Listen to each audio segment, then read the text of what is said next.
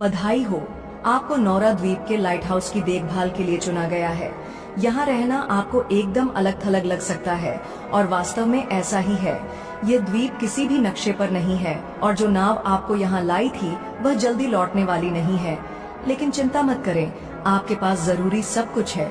डिब्बा बंद खाना, एक पुराना रेडियो और जाहिर है लाइट हाउस। हम बस आपसे चाहते हैं कि अपनी सुरक्षा के लिए कुछ सरल नियमों का पालन करें, क्योंकि अब ये हमारी जिम्मेदारी नहीं है। नियम 1, हर रात लाइट हाउस को जलाना है बिना किसी चूक के।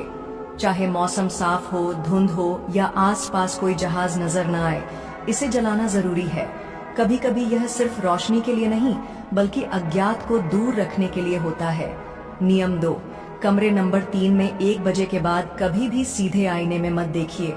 अगर आप आधी रात को उस कमरे में हैं, तो आंखें बंद करें, धीरे धीरे पीछे हटें और दरवाजा लॉक कर दें। याद रखें, दरवाजा जरूर बंद करें। नियम 3, शुक्रवार को ठीक 3:30 सुबह पर मुख्य दरवाजे पर दस्तक सुनाई देगी। चाहे कोई कुछ भी कहे, दरवाजा मत खोलिए, जवाब मत दीजिए और दरवाजे के पास सांस तक मत लीजिए।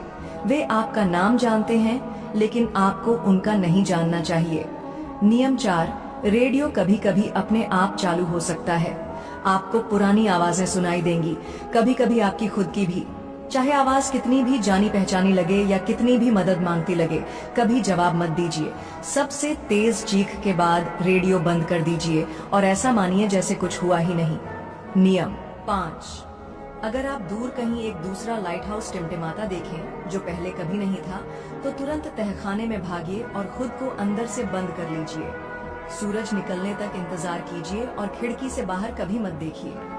ओह, मैं सबसे जरूरी नियम तो भूल ही गया। अगर कभी आपको दूर एक रेस्क्यू शिप दिखे तो उत्साहित मत होइए। कभी भी उन्हें यह मत बताइए कि आप लाइट हाउस के अंदर हैं। उस जहाज पर जो व्यक्ति है वह आपका स्वागत करने नहीं आया है। मुझे उम्मीद है आपको तरक्की मिले। शुभकामनाएं।